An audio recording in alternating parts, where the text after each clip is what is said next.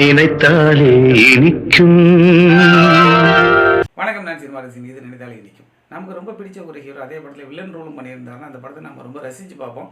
அப்படி ஒரு படமாக ஆசை முகம்னு ஒரு படம் 1965 ரிலீஸ் ஆச்சு. இது சின்ன வயசில் நம்ம ஒரு டூரிங் தேட்டரில் பார்த்த படம் தான். இந்த படத்தில் எம்ஜிஆர் தான் ஹீரோ, எம்ஜிஆர் தான் வில்லன். ஒரு பணக்கார எஸ்டேட் முதலாளிக்கு பையன் தான் எம்ஜிஆர். அவருடைய சொத்துக்களை அபகரிக்கிறதுக்காக நம்ம வில்லன் நம்பியார் என்ன பண்ணுறாரு அப்படின்னா, ராமதாஸுக்கு பிளாஸ்டிக் சர்ஜரி மூலமாக முகத்தை எம்ஜிஆர் முகமாக மாற்றி அவர் அந்த வீட்டுக்கு அனுப்புகிறாரு. அதுக்கப்புறம் நடந்த குழப்பங்கள், அதுக்கான தீர்வு தான் இந்த படத்துடைய மொத்த கதையும். இந்த படத்தை ரொம்ப இன்ட்ரெஸ்டிங்காக சொல்லியிருப்பாங்க. அதுக்கு அவங்க கையில் எடுத்துக்கிட்ட விஷயம் அந்த பிளாஸ்டிக் சர்ஜரி அப்படிங்கிற விஷயம். இது கதையை ரொம்பவே சுவாரஸ்யப்படுத்தியது. காரணம் என்ன அப்படின்னா, எம்ஜிஆர் ஒரு வில்லத்தனம் பண்ணினாருன்னா ஆடியன்ஸை கொஞ்சம் ஏற்றுக்க மாட்டாங்க. இந்த படத்தில் அந்த ராமதாஸ் சிகரெட் குடிக்கக்கூடிய ஒரு கேரக்டர். ஆனால் எம்ஜிஆர் ஒரு சிகரெட் எடுத்து அப்படி பற்ற வைக்க போவார். அப்போ நம்பியார் சொல்லுவார், அவருக்கு அந்த பழக்கமாக கிடையாது அப்படின்னு சொல்லுவார். கதாநாயகிட்ட கொஞ்சம் முரட்டுத்தனமாக அப்படி கொஞ்சம் நெருங்கி போகிற மாதிரியான ஒரு காட்சி வரும்.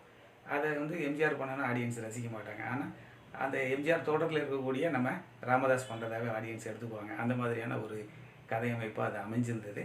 அதுலேயும் கொஞ்சம் எம்ஜிஆர் அந்த கேரக்டரில் வில்லத்தனமாக நல்லா பண்ணியிருப்பார். அப்புறமா உண்மையான எம்ஜிஆர் அவரை அடித்து போட்டுட்டு அப்புறமா அவர் ஒரு டூயட் பாடுறது, என்னை காதலித்தான் மட்டும் போதுமான சரோஜா தேவி வரும்.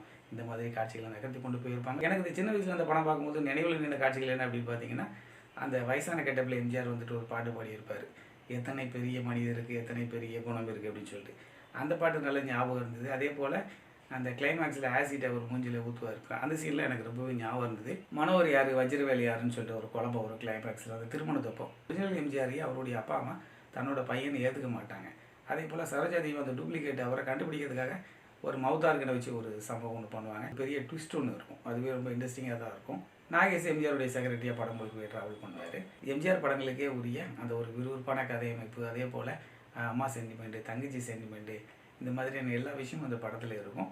எம்ஜிஆர் தன்னோட வீட்டுக்கே பர்மா சித்தப்பான்னு சொல்லிட்டு ஒரு வயசான கெட்டப்பில் தன்னோட அப்பாவையே பேர் சொல்லி கூப்பிட்டு பேசுறது, அந்த காட்சிகள்லாம் ரொம்ப இன்ட்ரெஸ்டிங்காகவே இருந்தது. நீங்கள் கண்டிப்பாக அந்த படம்லாம் பார்த்துருப்பீங்க. பார்த்துருந்தீங்கன்னா அதை பற்றின கமெண்ட்டுகள் இதில் பதிவு செய்யுங்க.